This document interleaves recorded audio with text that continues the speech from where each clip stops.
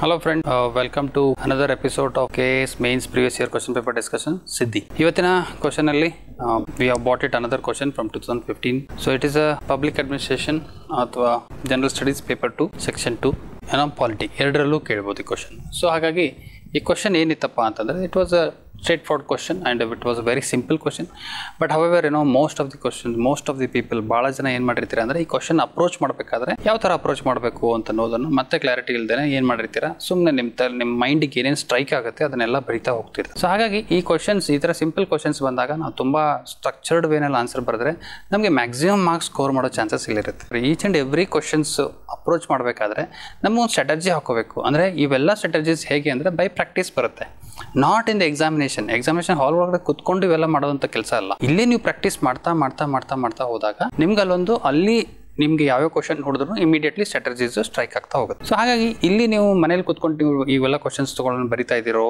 ಅಥವಾ ಬೇರೆ ಕ್ವಶನ್ಸ್ ತಗೊಂಡು ಬರಿತಾ ಇದ್ದೀರೋ ಅಥವಾ different whatever you are doing, but compulsory ನೀವು ಕ್ವಶನ್ಸ್ ಬರಿಬೇಕಾದ್ರೆ ಈಚ್ ಅಂಡ್ ಎವ್ರಿ ಕ್ವಶನ್ಗೂ ನಾನು ಅಪ್ರೋಚ್ ಯಾವ ತರ ಇಟ್ಕೊಳ್ಳಿ, ಬಾಡಿ ಏನು ಬರೀಲಿ, ಇಂಟ್ರಡಕ್ಷನ್ ಯಾವ ತರ ಮಾಡಲಿ, ಬಾಡಿ ಏನು ಬರೀಲಿ, ಕನ್ಕ್ಲೂಷನ್ ಯಾವ ತರ ಮಾಡಲಿ, ಎಲ್ಲದಕ್ಕೂ ವಿಚಾರ ಮಾಡಿ. ಸೊ ನೀವು ವಿಚಾರ ಮಾಡಿದಷ್ಟು ನೀವು ಎಷ್ಟು ಥಿಂಕ್ ಮಾಡ್ತೀರಾ, ಎಷ್ಟು ಸ್ಟ್ರಕ್ಚರ್ಡ್ ವೇನಲ್ಲಿ ಒಂದು ಬರ್ಕೊಂಡು ಹೋಗ್ತೀರಾ ಅಥವಾ ಒಂದು ಸಪ್ರೇಟ್ ಒಂದು ಬುಕ್ಕೇ ಮಾಡಿ ಅದಕ್ಕೆ simple and straightforward book ಮಾಡಿಬಿಟ್ರೆ ನಿಮ್ಗೆಲ್ಲ ಏನಾಗುತ್ತೆ ಅಂದ್ರೆ you will try to look at the book before writing an answer. Okay, ಹಳೆ ತಪ್ಪುಗಳನ್ನ ಏನ್ ಮಾಡಿದೀರಾ ಅಂತ ನೋಡ್ಕೋಬೇಕು, ಮತ್ತೆ ಅದನ್ನ ಮೇಲೆ ಬರ್ಕೊಂಡ್ಬಿಟ್ರೆ ನೆಕ್ಸ್ಟ್ ತಪ್ಪುಗಳನ್ನ ಮಾಡೋದು. ರೈಟ್. ಸೊ ಅದಕ್ಕೆ ಈ ತರ ಕ್ವಶನ್ಸ್ ಬಂದಾಗ ನಾನು ಅಪ್ರೋಚ್ ಯಾವ ತರ ಇರಬೇಕು, approach again simple.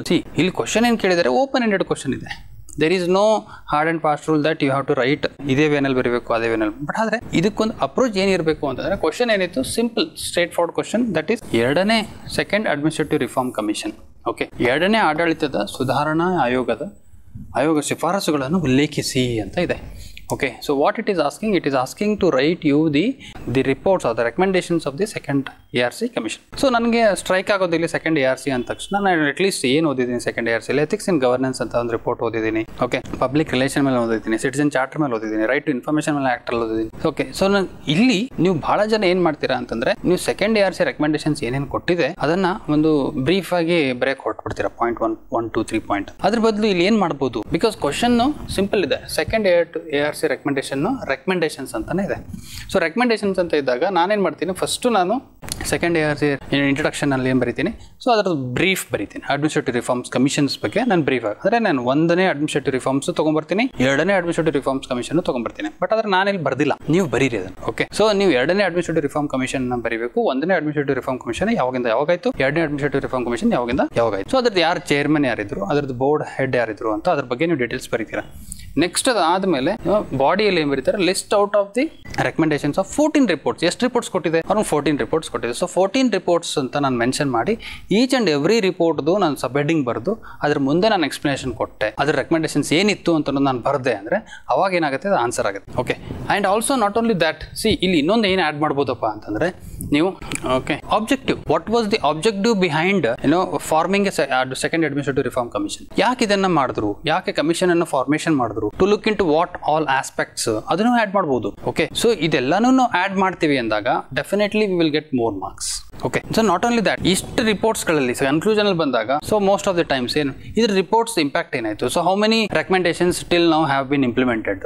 Okay, so ಎಷ್ಟು ರಿಪೋರ್ಟ್ಸ್ ಕೊಟ್ಟಿದೆ, ಅದ್ರ ಎಷ್ಟು ರಿಪೋರ್ಟ್ಸ್ ಅಲ್ಲಿ ನಾವು ಎಷ್ಟು ಇಂಪ್ಲಿಮೆಂಟ್ ಮಾಡಿದೀವಿ, ಎಷ್ಟು ನಾವು ಅದನ್ನ ಎಫೆಕ್ಟಿವ್ ಆಗಿ ಇಂಪ್ಲಿಮೆಂಟ್ ಆಗಿದೆ, ಅದರಿಂದ ಏನು ಬೆನಿಫಿಟ್ ಆಗಿದೆ ಅಡ್ಮಿನಿಸ್ಟ್ರೇಟಿವ್ ರಿಫಾರ್ಮ್ಸ್ ಅಲ್ಲಿ, ಸೊ ಅಡ್ಮಿನಿಸ್ಟ್ರೇಟಿವ್ ಎಷ್ಟು ಚೆನ್ನಾಗಿ ರಿಫಾರ್ಮ್ ಆಗಿದೆ ಅನ್ನೋದನ್ನು ಬರೀಬಹುದು. ಆಮೇಲೆ then if the government implements all of the report, then it will be a good reform or a good initiative by the government ಅಂತ ಹೇಳ್ಬೋದು. ರೈಟ್. ಸೊ ಲೆಟ್ಸ್ ಸಿ, ನಾನು ಇಂಟ್ರಡಕ್ಷನ್ ಏನ್ ಬರ್ತಿದ್ದೀನಿ, simple again second administrative reform commission ಯಾವ formation ಆಯ್ತು, ಅದರಲ್ಲಿ ಯಾರು chairman ಇದ್ರು, ಆಮೇಲೆ ಅದನ್ನ ಯಾಕೆ ಮಾಡಿದ್ರು. Okay, that is what I have written in the introduction. So then the ಬಾಡಿಯಲ್ಲಿ ಹೆಡ್ಡಿಂಗ್ ಹಾಕಬೇಕು, that list of second administrative reform commissions recommendation ಅಂತ.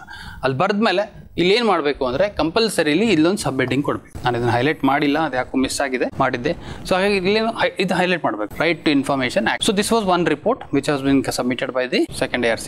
Ethics in governance, this was one more report which has been submitted. So ಅದರಲ್ಲಿ ಏನ್ recommendations ಕೊಟ್ಟಿದ್ದಾರೆ, strengthen, ಇದರಿಂದ ಏನಾಗುತ್ತೆ, right to information commission act ತಗೊಂಡ್ಬಂದ್ರೆ strengthening the implementation and expansion of RTA act to further promote the accountability. So ಇದು recommendation ಕೊಟ್ಟಿದ್ದು. So strengthen ಮಾಡಿ ಇನ್ನು ಫರ್ದರ್ ಇಂಪ್ರೂವ್ಮೆಂಟ್ ಮಾಡಕ್ಕೆ. ಎಥಿಕ್ಸ್ ಇನ್ ಗವರ್ನೆನ್ಸ್, ಸೊ ಯಾಕೆ ಬೇಕಾಗಿತ್ತು, ರೋಬಸ್ಟ್ ಎಥಿಕಲ್ ಫ್ರೇಮ್ವರ್ಕ್ ಬೇಕು and strict conflict of interest guidelines ಬೇಕು and whistleblower protection mechanism ಬೇಕು. ಇದೆಲ್ಲನೂ ಅವರು recommendation ethics and governance.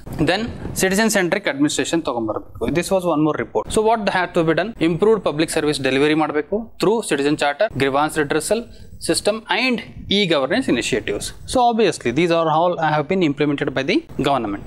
So in this perspective you can write. So here also ನೀವು ಇಲ್ಲಿ ಏನೇನು ಇಂಪ್ಲಿಮೆಂಟ್ ಮಾಡಿದ್ದಾರೆ ಅಂತ ಈಚ್ ಆ್ಯಂಡ್ ಎವ್ರಿ ಪಾಯಿಂಟ್ ಆದಮೇಲೆ ನೀವು ಅದನ್ನು ಬರಿತಾ ಹೋದರೆ definitely will get more marks. Okay, ನಾವೇನು ಮಾಡ್ತೀವಿ ಅಂದರೆ ನಾವು ಇದನ್ನು ಬರೆಯೋದಿಲ್ಲ, ಸಬ್ ಹೆಡ್ಡಿಂಗು ಹಾಕೋದಿಲ್ಲ, ನಾವು ಡೈರೆಕ್ಟ್ಲಿ ರೆಕಮೆಂಡೇಶನ್ಸ್ ಏನೇನು ಸ್ಟ್ರೈಕ್ ಆಗುತ್ತೆ ಆ ಮೂಮೆಂಟಮಲ್ಲಿ ನಾವು ಅದನ್ನು ಅಷ್ಟೇ ಬರಿತೀವಿ. ಫಾರ್ ಎಕ್ಸಾಂಪಲ್ ಸಿಟಿಜನ್ ಚಾರ್ಟರ್ ತಂದರು, ಗ್ರಿವಾನ್ಸ್ ರಿಡ್ರೆಸಲ್ ತಂದರು, ಈ ಗವರ್ನೆನ್ಸ್ ಇನಿಷಿಯೇಟಿವ್ ತಂದರು. ಸೊ ಇದೇ ಒಂದೇ ಪಾಯಿಂಟನ್ನೇ ನಾವು 3 ಪಾಯಿಂಟ್ ಥರ ಬರಿತೀವಿ. ಓಕೆ, ಇವ್ಯಾಲ್ವೇಟರ್ ಅಷ್ಟಂತರೂ ಫುಲ್ ಇಲ್ಲ. ಓಕೆ, ನೀವು 1 ಪಾಯಿಂಟನ್ನು 3 ಪಾಯಿಂಟ್ ಮಾಡಿದ್ದೀರಾ, ತಿಳ್ಕೊಳ್ಳದೆ ಇರೋಷ್ಟು ಏನೋ ಅಜ್ಞಾನಿ ಏನಲ್ಲ. ಸೊ ಡೆಫಿನೆಟ್ಲಿ ಅವ್ರಿಗೆ ಗೊತ್ತಿರುತ್ತೆ. ಹಾಗಾಗಿ ನೀವು ಅವ್ರಿಗೆ ಫೂಲ್ ಮಾಡೋಕೆ ಹೋದರೆ ಅವ್ರು ನಿಮಗೆ ಡಬಲ್ ಫೂಲ್ ಮಾಡ್ತಾರೆ. ಟೀಕೆ. ಸೊ ಅದಕ್ಕೆ ಇಲ್ಲಿ ಏನಪ್ಪ ಅಂತಂದರೆ ಇದನ್ನು ಯಾವಾಗ ಮಾಡ್ಬೋದು? Only when I don't have the content, right? But ಆದರೆ ಇದು ಈ ಕ್ವಶನ್ಸ್ ಎಲ್ಲ ಎಕ್ಸ್ಪೆಕ್ಟೆಡ್ ಅಂದ್ರೆ ಏನು? ಇದನ್ನು ಓದಲೇಬೇಕು compulsory when you are preparing for the civil services exam, UPSC ಇರಲಿ KPSC ಇರಲಿ, ಇದನ್ನು ಓದಲೇಬೇಕು. ಹಾಗಾಗಿ ಈ ರೆಕಮೆಂಡೇಷನ್ಸು ಇದೇ ಲೆವೆಲಲ್ಲಿ ನಾನು ಓದಿದರೆ definitely will get 1 marks, right? ಇದೇ ಲೆವೆಲಲ್ಲಿ ಬರೆದ್ರೆ. ಸೊ ಈಚ್ ಆ್ಯಂಡ್ ಎವ್ರಿ ಪಾಯಿಂಟಿಗೂ ನೀವು ಆ್ಯಡ್ ಮಾಡ್ತಾ ಹೋಗಿ which are the recommendations has been implemented by the government, which have not been implemented by the government. So sub heading ಆಗಿ ಬರೀಬೇಕು. So local governance panchayati ರಾಜನ್ನು ಇನ್ನೂ ಸ್ಟ್ರೆಂಥನಿಂಗ್ ಮಾಡಬೇಕು ಅಂತ ರೆಕಮೆಂಡೇಷನ್ಸ್ ಕೊಟ್ಟಿದ್ರು. So then performance management, so replacing the seniority based promotions with performance based evaluation system ತೊಗೊಂಬರಬೇಕು ಅಂತ result framework document ಅನ್ನೋದು. Okay, and then capacity building. This is one of the most important aspect of the second administrative reform commission. Because capacity building, ಯಾರು already ಸರ್ವಿಸಲ್ಲಿದ್ದಾರೆ ಅವ್ರ capacity building ಆಗಬೇಕು. Okay, continuous training ಇರಬೇಕು, skill development ಆಗಬೇಕು, programmes for government employees. Okay, continuous ಆಗಿ ಎಂಪ್ಲಾಯೀಸ್ಗೆ training, skill development ಹಂಗೆ ಕೊಡ್ತಾನೆ ಇದ್ರೆ ಮಾತ್ರ then only there will be capacity building ಆಗಿದೆ. ಇಲ್ಲ ಅಂದರೆ most of the times I have seen in many times that ಭಾಳ ಸರಿ ಏನಾಗುತ್ತೆ ಅಂತಂದರೆ ಪ್ರೀವಿಯಸ್ಲಿ ಯಾರು ಅಪಾಯಿಂಟ್ ಆಗಿರ್ತಾರೆ ಅಂದರೆ ಹಳೆ ತಲೆಗಳು ಅಂತ ಹೇಳ್ತೀವಲ್ಲ, experience senior peoples. So they will not be ready to adapt to the dynamic changes. Most of the people, ನಾ ಎಲ್ಲರೂ ಅಂತ ಹೇಳಲ್ಲ, most of the people they will not be ready to adapt to the dynamic changes. So in that perspective the promotion should be in such a way that who are performance based. Okay, not on the seniority base. Seniority base ಮೇಲೆ ಆದರೆ ಬಿಡಪ್ಪ ನಾನು ಮಾಡಲಿ ಕೆಲಸ ಮಾಡಲಿ ಬಿಡಲಿ ನಾನಂತರೂ promotion ಸಿಗುತ್ತೆ ಅನ್ನೋ ಥರ ಇರ್ತೀವಿ. ಓಕೆ, ಸೊ ಅದಕ್ಕೆ ಪರ್ಫಾರ್ಮೆನ್ಸ್ ಇವ್ಯಾಲ್ಯೂಯೇಷನ್ ಇರಬೇಕು, ಅದಕ್ಕೆ ಒಂದು ಪರ್ಫಾರ್ಮೆನ್ಸ್ ಸ್ಟ್ಯಾಂಡರ್ಡ್ಸನ್ನು ರೆಡಿ ಮಾಡಬೇಕು, ಅದರ ಮೇಲೆ ಇವ್ಯಾಲ್ಯೂಯೇಷನ್ ಆಗುತ್ತೆ. Lateral entry system, yes, recently the government has introduce the lateral entry system. This was the recommendation of second ARC commission. So that is that you can mention it. Okay, introducing the lateral entry of talent from outside the civil service from specialized positions. So economics ge, science ge, okay, and then agriculture ge. So there are so many people who have done lot of work and lot of knowledge in those fields. So ಅಂಥವ್ರಿಗೆ ನಾವು knowledge ಇಲ್ಲಿ ಕೊಡಬೇಕು, ಅಂಥವ್ರಿಗೆ ನಾವು ಇಲ್ಲಿ place ಕೊಟ್ಟರೆ policy input ಸಿಗುತ್ತೆ. So ಹಾಗಾಗಿ lateral entry system was one of the major recommendation of the second ARC commission. So then civil service reforms, yes, this is a part of this, and streamlining the recruitment process, improving the service conditions and enhancing the accountability. So all these were the recommendations of the second ARC commission. So ಇವೆಲ್ಲನೂ ಬರೀರಿ, ಇವೆಲ್ಲ ಬರೆದ್ಬಿಟ್ಟು ಇದಕ್ಕೆ ರೆಕಮೆಂಡೇಶನ್ಸ್ಗೆ ಯಾವ implement ಆಗಿದೆ ಯಾವ implement ಆಗಿಲ್ಲ ಅನ್ನೋದನ್ನು ಕೆಳಗಡೆ 2 ಲೈನಲ್ಲಿ ಬರೀರಿ. Then crisis management. Okay, establishing the effective structure and protocol for handling the national emergencies and disasters. So ಸುಮ್ಮನೆ ಮನಸ್ಸಿಗೆ ಬಂದಂಗೆ ಮಾಡೋಕೆ ನಾನು ಒಂದು SOPs ರೆಡಿ ಮಾಡೋಣ. ಸೊ ದಟ್ ಎಮರ್ಜೆನ್ಸಿ ಸಿಚುವೇಷನಲ್ಲಿ who has to react the first and who has the responsibility to react the first and how they have to react ಅನ್ನೋದನ್ನು ಒಂದು SOPs ರೆಡಿ ಮಾಡೋಣ.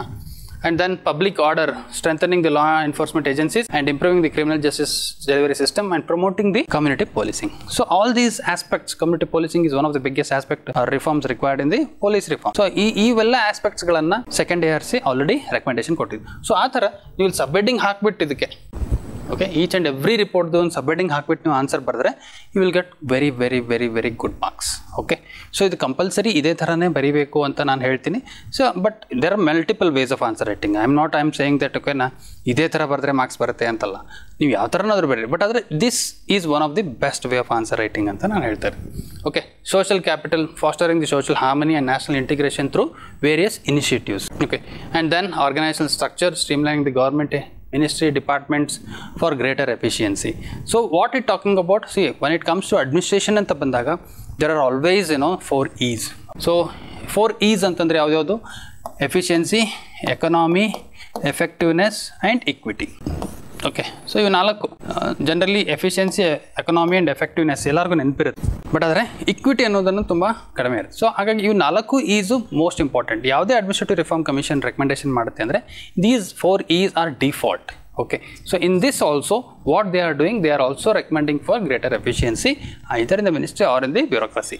Okay, so with this I hope you have understood the discussion, and I also asked you to comment what else you require, and most of you have commented. Thank you for it. So please comment. ನೀವು ಹಾಗಾಗಿ comment ಮಾಡ್ತಾನೆ ಇದ್ರೆ ಮತ್ತೆ ನಾವು ಅದರ ಮೇಲೆ ಮತ್ತೆ videos ಮಾಡಬಹುದು, ಹಾಗೆ ಇದನ್ನ ಕಂಟಿನ್ಯೂನು ಇಡಬಹುದು. ಸೊ ಬಹಳ ಜನ ಕಂಟಿನ್ಯೂ ಮಾಡಿ ಸರ್, ವಿ ಆರ್ ವಾಚಿಂಗ್ ಅಂತ ಹೇಳಿದ್ದೀರಾ, and definitely will continue for you people. And ನೀವು ಯಾರು ಇದನ್ನ ಕರೆಕ್ಟಾಗಿ ವಾಚ್ ಮಾಡ್ತಾ ಇದ್ದೀರಾ, ಎಲ್ಲೇ ಕೂತ್ಕೊಂಡಿದ್ದೀರಾ, ಇದ್ರ ಮೇಲೆ ಇದು ಇಮಿಡಿಯೇಟ್ಲಿ ಕ್ವಶನ್ ಆದಮೇಲೆ ಇದ್ರ ಕಂಟೆಂಟನ್ನು ಬುಕ್ ತೆಗೆದು ಮಟೀರಿಯಲ್ ಓದ್ಬಿಟ್ಟು ಅದನ್ನ ಆನ್ಸರಲ್ಲಿ ಬರೀ. ಓಕೆ, ನೀವು ಬರ್ದಾಗ್ಲೇನೆ ನೀವು KS ಆಫೀಸರ್ ಆಗೋದು ಅಥವಾ IAS ಆಫೀಸರ್ ಆಗೋದು. ನೀವು ಆಫೀಸರ್ ಆಗಬೇಕು ಅಂದರೆ ನೀವು ಬರೀಬೇಕು, ನೀವು ಬರೀಲಿಲ್ಲ ಅಂದರೆ ಆಫೀಸರ್ ಆಗಕ್ಕೆ ಸಾಧ್ಯವಿಲ್ಲ. ಬರ್ದಿಟ್ಕೊಳ್ಳಿ ಇದನ್ನು. ಸೊ ಹಾಗಾಗಿ ದಯವಿಟ್ಟು ಆನ್ಸರ್ಸನ್ನು ಪ್ರಾಕ್ಟೀಸ್ ಮಾಡಿ, ಪೋಸ್ಟ್ ಮಾಡಿ. We will also try to help you out. Thank you and all the best for the examination. Conclusion, it's yours. You have to write the conclusion. Thank you for watching the video.